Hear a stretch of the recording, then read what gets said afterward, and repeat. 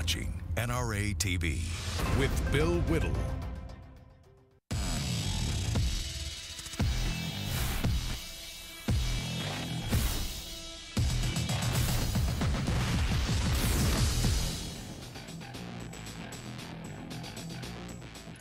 Hi, everybody. Welcome to Bill Whittle's Hot Mic. I'm Bill Whittle. Hot Mic apparently stuck in the elevator, so as soon as he gets here, I'll be turning the chair over to him. But it's great to be here and back with our second show, which is, you know, if you saw us yesterday, is going to be pretty much dedicated not only to looking at problems with the news media, but I think much more interestingly, dealing with the kind of bias we see and hear, or actually really, I guess the whole point is the kind of bias that we don't see and hear in the big movie factory on the other side of the hill here. We're broadcasting to you live from Los Angeles, and we've got a really full show today, so a lot of things that we'd like to do to get started.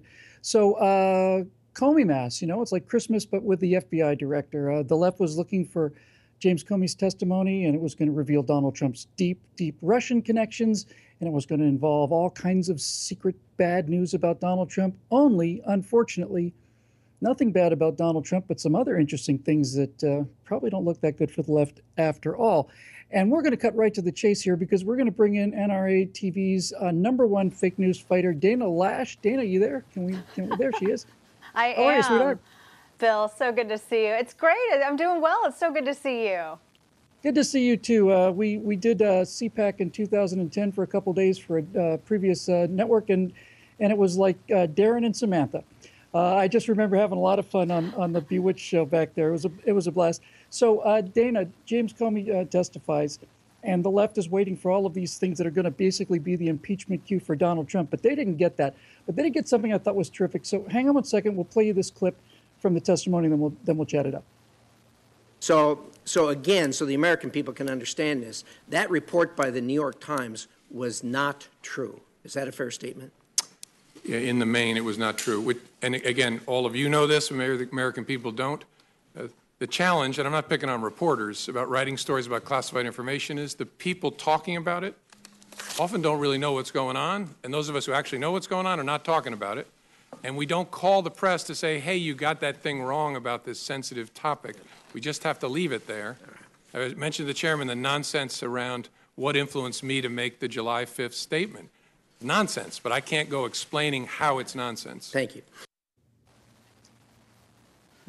Imagine that, Dana. The New York Times got it wrong, and as the director of the Federal Bureau of Investigation, former director anyway, says, you know, the people that talk don't know, and the people that know don't talk. So what makes the New York Times and the rest of these media organizations think that they've got this Russia story when there's not only no evidence, but as James Comey said, there's no way that we would tell you even if there was evidence?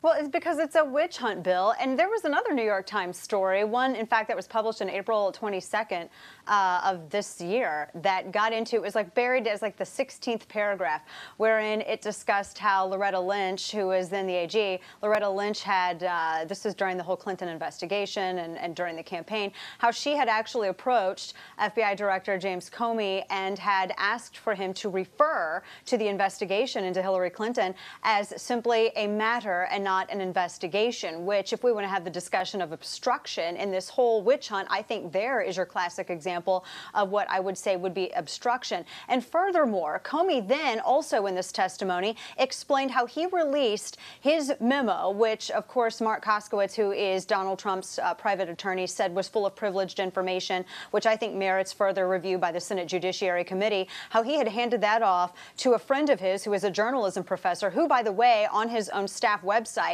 is listed as an advisor to former FBI Director James Comey, which I think was interesting, how he handed that off to that particular professor so that that professor that could then pass it on to media contacts, and James Comey could try to reset the narrative after he had been unceremoniously fired by the commander-in-chief. A lot of things very interesting played out into this hearing. And Bill, one of the big things that I took away from this is during a Q&A with Marco Rubio and Comey, when Rubio remarked that it was interesting how of everything that leaked, one of of the things that didn't, in fact, leak was that Donald Trump wasn't under investigation by the FBI in this whole Russia witch hunt. And of course, Comey then had to confirm what the president has been saying for months now. No, he's not under investigation. But what's interesting is Comey had remarked as well, Bill, that he felt, and this is why he had to take notes and include these memos, he felt that the president was going to lie, which is why he took all of these notes and kept all of this information. But speaking of feelings, let's go back to when James Comey was excusing any sort of criminal charges being brought against Huma Abedin when she was forwarding classified emails to Carlos Danger. And he said at the time, Comey said at the time, that he felt that Huma Abedin did not act with criminal intent, which, as we all know, criminal intent is irrelevant when it concerns building a case involving classified information. And that was also the same line of reasoning that Comey gave as to why he wasn't going to bring forward charges, recommend charges to the AG against Hillary Clinton, because he felt that she didn't act with criminal intent. So twice now he's bailed out Hillary Clinton because of feelings. But yet, Bill, those same feelings drove him to make all of these notes in these memos that he leaked to the press so as to gain an upper hand against the commander-in-chief. This seems like it was an act of petty politics. And as a result, I think that this warrants further investigation. Yeah, to say the least. One of the things that's been not only interesting and certainly keeping us in business, but what's really actually been tragic for the country has been watching the degradation of the FBI director's reputation, and with him the agency that he represents, the reputation of the Justice Department and all the rest. You know, we've seen all of these things, as you said, Dana. He's making decisions based on feelings. He shouldn't have any feelings. He's the director of the FBI. But after all of these months and months and months of things, I actually think in fairly typical fashion, Donald Trump probably just captured it in a sentence, right? He said, the guy's a nut job. And more and more and more, it seems like that's exactly what he is. He said, I had no idea that my investigation might have any influence at all on the elections. What planet do you live on, man? Honestly. What do you think it is about this guy? What do you think it is about this guy that puts so much emotion into it? Yeah, go ahead. Yeah, he's either biased, obviously, a partisan, or he's a coward. And I say this because out of all this testimony, there's one thing that a behavioral pattern of Comey's that I picked up. He would not challenge what he was told. When he was told by Lynch to go ahead and use this language of the Clinton campaign, which would then appear as though the FBI and the Clinton campaign are on the same page, he told the Senate that it wasn't a hill worth dying on. That he didn't want to pick that battle. I want to talk about that sentence because that's the entire essence of it. What hill is worth dying on then, Jim? I mean, if you're not going to die on the hill of integrity, honor, patriotism, telling the truth, being a servant of the Republic of the United States of America, you're not going to die on that hill, Jim. What hill are you going to die of? I get the feeling that there's an awful lot of Judge Ito, Marcia Clark going on here where public officials who generally don't get much in the spotlight are now all of a sudden celebrities, and now all of a sudden they're all over the place, and they just let it go to their head. No, it is. It's a mixture of ego and it's a mixture of petty politics, and I think there's a little bit of partisanship sprinkled in there as well. Now, this explains, by the way, the letter that the president wrote when he dismissed Comey. This explains the letter because there was that one, and admittedly, it sounded weird at the time. It was if the president wrote this dismissal of Comey and then at the very end said, you know what, tack on to the very end of that how he told me 3 times that I wasn't under investigation, because Comey would not say this publicly, Bill. And the reason that James Comey would not say that publicly is because that was his leverage over the White House. And if he were to finally give in to that publicly, then he were to lose that leverage. And so including that line in this dismissal letter and focusing on that particular portion of this whole saga pushed Comey into the public and forced him to say under oath at this testimony that he was not, in fact, under investigation. So Trump won this one. He certainly did. He won it big, and maybe we'll get a law enforcement officer instead of a politician, amateur movie star in the position of FBI director. Dana, we know you got to go. Thank you so much for joining us on the show. As always, just really informative and really on fire. And I get the feeling that these no good for nothings think they can get away with this stuff, but those days are over. I think over and gone. Yeah, I think so. I think so too, Bill. Good to see you. It's great to be part of the same letters as you, Dana. It's really, really fun. Thanks very much for joining us. It's good to see you. Thanks. Well, folks, let's see. What's our next story? Oh, this is kind of amusing. There's a late-night comedian named Chelsea, late-night comedian to be fair, Chelsea Handler's had her moments. And Chelsea was just, I think yesterday or today, last night, was given the James Brady Award for her work on gun control, essentially. Basically on her work for gun control. Now, she got interviewed by the Hollywood Reporter about her stance on guns, and Chelsea had a couple things to say. Well, she had a lot of things to say, but there are two things that she said in that interview that I just really think need to be addressed and pretty clearly. So here's one of the quotes she had in that report by the Hollywood Reporter regarding her winning this award for raising gun awareness. Here's what Chelsea Handler had to say.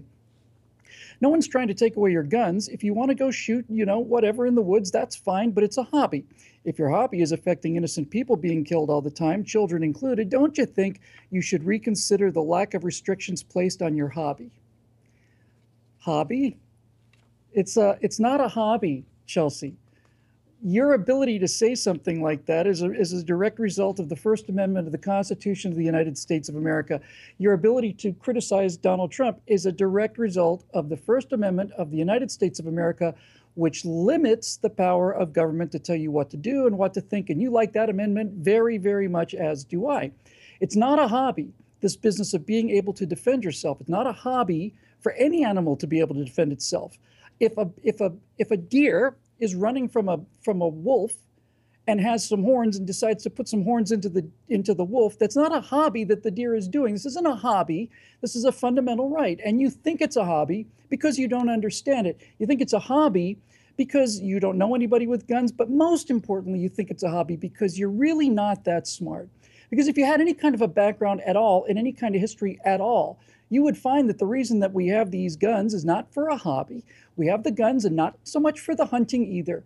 I'm not too much worried about a deer coming through my window at 4 o'clock in the morning. The main reason that we have these weapons is to prevent people like you from voting people into power who want to tell other people what to do. And if you only understood a little bit more about this, you'd understand that this hobby of ours is trying to keep the American people from the fate of 200 million people who've been executed by their own governments because those governments took away that hobby, and that's the first thing they did before they started killing people. Just a little tiny historical note that you may want to work into future rants on this subject. And furthermore, here's one more little thing. Sometimes I get so upset and angry. I just lose my ability to speak. My language just gets clogged up all over each other. I just want to take these people and say, look, this is what's happening.